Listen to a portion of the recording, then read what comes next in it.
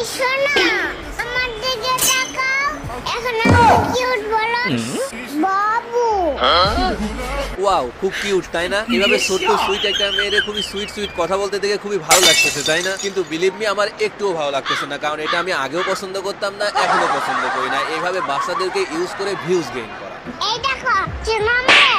আমি তোমাকে বাপি লাগে, বাপি। বেশ কয়েক মাস আগে দেখছিলাম দুই ভাই তার পিছে একটা বোনকে এইভাবে ইউজ করে তাদের টিকটকে জাস্ট ভিউজ বাড়ানোর জন্য সুইট সুইট ভিডিও বানাচ্ছিল।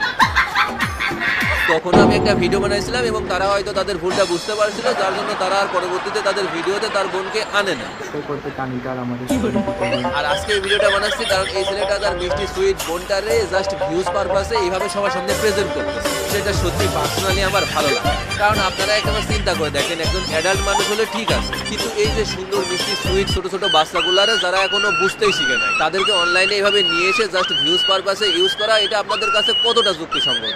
এই শোনো, আমার সাথে ঘুরতে যাইবা? বাবু। আরেকজন বাবা মাকে দেখলাম নিজের মেয়ের নামে ফেসবুক পেজ খুলে নিজের মেয়েকে এই বয়সে টাকা কামানোর মেশিন বানাইছে।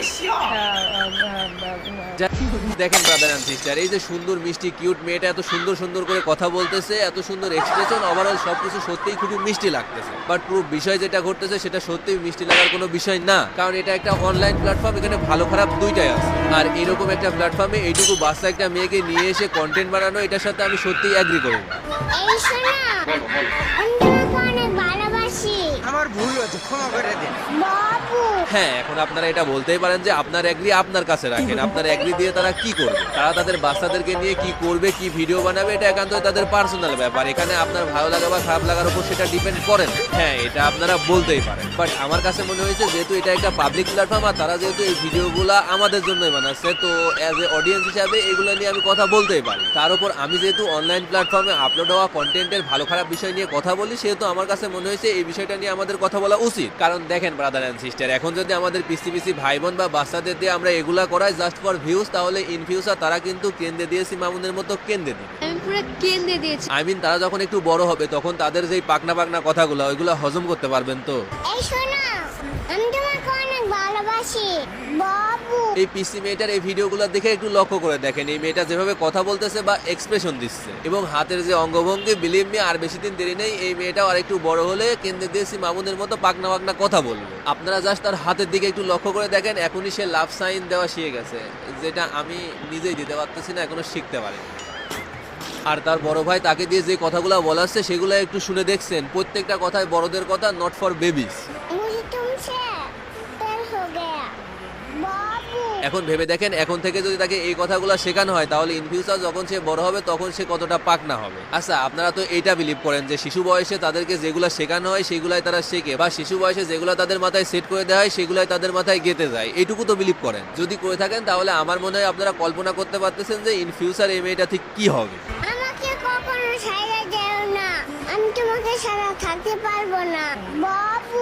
আচ্ছা, এখন আসি আমি কেন বললাম যে এই ছেলেটা তার মিষ্টি কিউট সুইট বোনটারে ইউজ করতেছে জাস্ট ভিউজের জন্য। অ্যাকচুয়ালি সে যখন তার বোনকে নিয়ে ফার্স্টের দিকে ভিডিও মেক করে তখন অনেকেই কমেন্ট করে বা অনেকেই ভিডিও বানিয়ে বলে যে তার এই পিসি সুন্দর মিষ্টি বোনটাকে দিয়ে এখনই এগুলা না করানোর জন্য। হয়তো সে ভুলটা বুঝতে পারে এবং তার জন্য সে একটা ভিডিওতে তার বোনকে নিয়ে এসে বলে যে সে আর তার বোনকে নিয়ে ভিডিও বানাবে না। আমি আর ভালোবাসার মানুষদের জন্য একটা ব্যাড নিউজ, আর হেটার্সদের জন্য একেবারে একটা গুড নিউজ। ফের এলাম লাস্ট ভিডিও টিকটকে। এই ভিডিওটা দেখার পর আমিও ভাবছিলাম যে হয়তো সে তার ভুল বুঝতে পারছে, বাট আমি একদমই ভুল ছিলাম। কারণ পরবর্তীতে যখন সে দেখলো যে তার বোনকে সাথে নিয়ে ভিডিও না বানানোর জন্য ভিডিওতে ভিউজ আসতেছে না, তাই সে কি করলো, সে আবার পরবর্তীতে তার বোনকে নিয়ে এসে ভিডিও বানানো স্টার্ট করে দিল। যতই ঝগড়া হোক, আমি তোমার, তুমি আমার। বাবু। আসলে আমারই ভুল, যখন আমি এই ভিডিওটা দেখতেছিলাম তখন ঠিকমতো হয়তো খেয়াল করি নাই বা ঠিকমতো বুঝতে পারি নাই সে আসলে কি বলছিল। সে বলছিল আমার পিসি বোনটা যারা ভালোবাসার মানুষ আছেন তাদের জন্য দুঃসংবাদ, কারণ আমার বোনটা আর ভিডিওতে আসবে না, আর যারা হেটার্স আছেন তাদের জন্য সুসংবাদ। আমি আর ভালোবাসার মানুষদের জন্য একটা ব্যাড নিউজ, আর হেটার্সদের জন্য আমার তখনই বোঝা উচিত ছিল যে এই ছেলেটা যদি তার ভুল বুঝতেই পারতো তাহলে সে কখনোই যারা তার বোনকে নিয়ে ভিডিও বানাতে মানা করছিল তাদেরকে হেটার্স মনে করতো না। একেবারে একটা গুড নিউজ। অ্যাকচুয়ালি আমারই ভুল। তারপরেও তোমার একটা কথা বলি ব্রাদার, শোনো, তোমার এই পিসি বোনটারে নিয়ে ভিডিও বানানোর জন্য যারা তোমাকে এখন উৎসাহ দিচ্ছে, বিশ্বাস করো এরা তোমার কিংবা তোমার বোনের কখনোই ভালো চায় না। হয়তো এই বিষয়টা তুমি এখন বুঝতে পারবে না, কিন্তু তোমার বোন যখন বড় হবে তখন বুঝতে পারবে, তখন ঠিকই বুঝতে পারবে। আমাকে ঘুরতে নিয়ে যাইবা? বাবু। আচ্ছা, এই পিসি মেয়েটাকে যে শুধুমাত্র ভিউজের জন্য ইউজ করা হচ্ছে তার আরো একটা কারণ আছে। এখন শুধুমাত্র তাকে নিয়ে তার ভাই ভিডিও বানাচ্ছে না, আরো অনেক টিকটকারও ভিডিও বানাচ্ছে, কারণ তাকে নিয়ে ভিডিও বানালে ভিডিওতে ভিউজ আসতেছে। বিয়া করলে একজন রে করবো, কারা করবো? খারাপ বলনে বাবু। আর ভিউজ বেশি হওয়ার কারণ হচ্ছে বাচ্চাদের ভিডিও দেখতে আসলেই ভালো লাগে। হ্যাঁ, এটা সত্য যে বাচ্চাদের মিষ্টি মিষ্টি কথা, তাদের এক্সপ্রেশন বা বাস্তবী স্বভাবগুলো এগুলা দেখতে ভালো লাগে, কিন্তু আমাদের ভালো লাগা যে তার জন্য একটা সময় খারাপ হয়ে দাঁড়াবে, এটা ভাই হিসাবে অন্তত তোমার বোঝা উচিত। আমি আসতাছি তোমার মনের ভিতরে বাবু। জাস্ট ছোট্ট একটা উদাহরণ দিই, পাকিস্তানের সিরাজি ভিলেজ ব্লগসের সিরাজ এবং মুস্কানকে তো আপনারা অনেকেই চিনেন। মাত্র 1 মাসের মধ্যে তাদের ফেসবুক পেজে 1 মিলিয়ন ফলোয়ার হয়ে গেছিল। মানুষ তাদের ব্লগ এতটাই পছন্দ করতো, জাস্ট তাদের কিউটনেস, বাচ্চামি স্বভাব আর মিষ্টি মিষ্টি কথা শুনে। আমারে কম্পিউটার এমনকি জাস্ট ভিডিও বানানোর জন্য পাকিস্তানের প্রধানমন্ত্রীও তার সাথে দেখা করে ফেলছে। তাহলে চিন্তা করে দেখেন তার জনপ্রিয়তা ঠিক কোন অবধি চলে গেছিল। বাট তারপরও তার বাবা তাদের এই ব্লগ বানানো অফ করে দিছে। ফর দিস রিজন তার বিহেভিয়ার চেঞ্জ হয়ে যাচ্ছিল, মানুষের সাথে কথা বলা চেঞ্জ হয়ে যাচ্ছিল, নিজের মধ্যে একটা অ্যাটিটিউড চলে আসছিল। মানে জাস্ট ইমাজিন, ওয়ার্ল্ড ওয়াইড এত মানুষ তাকে চিনে, এত মানুষ তাকে পছন্দ করে, বাট তার বাবা তাকে তার ভিডিও বানানো অফ করে দিছে জাস্ট ফর তার বিহেভিয়ার চেঞ্জ হয়ে যাচ্ছিল এই জন্য। সেখান থেকে কিন্তু একটা হিউজ পরিমাণে ইনকামও হইতো, বাট তারপরও তার বাবা শুধুমাত্র ছেলের ফিউচারের জন্য তার এগুলা সব অফ করে দিছে। আর তুমি আর তোমার বোন জাস্ট টিকটকে পরিচিত, কিছু মানুষ চেনে, এখান থেকে আর্নিংও হয় না। রিকোয়েস্ট থাকলো তোমার বোনের ফিউচারটা নষ্ট করো না, এখনো সময় আছে, তাকে অনলাইন থেকে দূরে রাখো। কারণ আমার কাছে মনে হয় অনলাইন প্ল্যাটফর্মটা এমন একটা প্ল্যাটফর্ম যেখানে ম্যাচিউর না হলে কাজ করা উচিত না। এতে করে পরিবেশ নষ্ট হয়, প্ল্যাটফর্মও নষ্ট হয়। ছোট্ট একটা উদাহরণ দিই, এই যে টিকটক প্ল্যাটফর্ম, এটা কিন্তু খুবই সুন্দর একটা প্ল্যাটফর্ম, কিছু না হলেও প্রমোশনের জন্য বেস্ট একটা প্ল্যাটফর্ম। বাট এই টিকটকটাকে কেউ পছন্দ করে না। তার কারণ কি জানেন? এখানে যারা ক্রিয়েটর আছে বা অডিয়েন্স আছে তার মধ্যে বেশিরভাগই বাচ্চা অডিয়েন্স বা বাচ্চা ক্রিয়েটর, যার জন্য তারা কি দেখে কি বানায় তারা নিজেরাও বুঝে উঠতে পারে না। যদি অন্যান্য প্ল্যাটফর্মের মতো এখানেও ম্যাচিউর ক্রিয়েটর থাকতো বা ম্যাচিউর অডিয়েন্স থাকতো, তাহলে বিশ্বাস করেন টিকটকটাকে মানুষ এতটা অপছন্দ করতো না। টিকটক প্ল্যাটফর্মটাও ফেসবুক এবং ইউটিউবের মতো প্রায়োরিটি পাইতো। শুধুমাত্র বাচ্চা বাচ্চা ছেলেমেয়েরা টিকটক ইউজ করে এবং তাদের মধ্যে যে ভাইরাল হওয়ার নেশা, যদি তারা বুঝতে পারতো যে তাদের এই কাজগুলো সমাজের উপরে কিরকম ইফেক্ট ফেলবে কিংবা নিজেদের উপরে কি পরিমাণ ইফেক্ট ফেলবে, এইগুলো যদি বুঝতে পারতো তাহলে এরা কখনো এগুলো করতো না। আর এটা হলে টিকটক প্ল্যাটফর্মটাকেও মানুষ অপছন্দ করতো না। আমি জানি আপনারা অনেকে আমার সাথে একমত হবেন না, কিন্তু আপনারা মানেন বা না মানেন এটা একেবারে একদম সত্যি কথা যে টিকটকে ম্যাচিউর পোলাপান অনেক কম, এর জন্য টিকটক প্ল্যাটফর্মটার আজকে এই অবস্থা। আমি হারাই নাই। আচ্ছা যাই হোক, এটা যেহেতু একটা বাচ্চাকে নিয়ে কন্টেন্ট, সেহেতু একজনকে নিয়ে কথা না বললে কেমন জানি হয়ে যায়। আমি অনেকদিন ধরেই বলার চেষ্টা করতেছি, বাট কোন ভিডিওর মধ্যে বলবো এটা খুঁজে পাচ্ছিলাম। একজন বাবা মাকে দেখলাম, তাদের একটা মেয়ে আছে খুবই মিষ্টি সুইট, মানে খুবই সুন্দর সুন্দর সুইট একটা মেয়ে।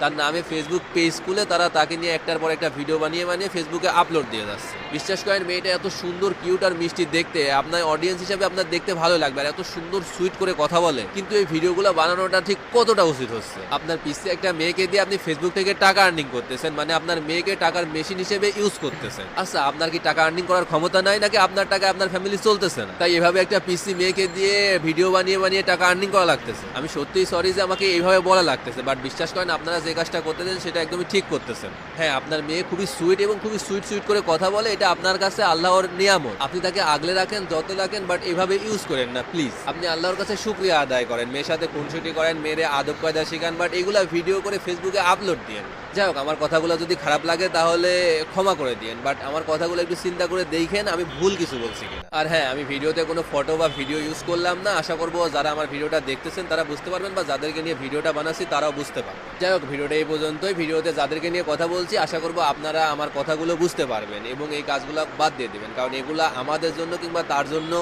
মানে পিসি মেয়ে ছেলে মেয়েগুলোর জন্য খারাপ হচ্ছে। আমাদের কথা নয় বাদে দিলাম, কিন্তু ওই পিসি ছেলে মেয়ের কথা চিন্তা করেন। এখন যদি তারা এরকম হয় তাহলে বড় হলে তাহলে কিরকম হবে জাস্ট একটু কল্পনা করে দেন। এর বেশি কিছু আর বলতে চাই না। সবাই ভালো থাকবে, সুস্থ থাকবেন। আর হ্যাঁ, ভিডিওটা কেমন লাগলো অবশ্যই কমেন্ট করে জানাবেন। যদি ভালো লাগে তাহলে একটা লাইক মেরে দিবেন, আর না লাগলে দিস চ্যানেলে যতটা ইম্পর্টেন্ট আছে সাবস্ক্রাইব করা লাগবে। ভিডিওটা দেখছেন এতটুকু না, তবে নামটা মনে রাখবেন, ফারাবি। আর হ্যাঁ, যদি স্পন্সর কিংবা ব্র্যান্ড প্রমোশনের জন্য আমার সাথে কন্ট্যাক্ট করতে চান তাহলে আমাকে মেল করতে পারেন, অথবা ইনস্টাগ্রামে নক দিতে পারেন। দুইটার লিঙ্কই ডেসক্রিপশনে। বিদায় বন্ধুরা, আল্লাহ হাফিজ।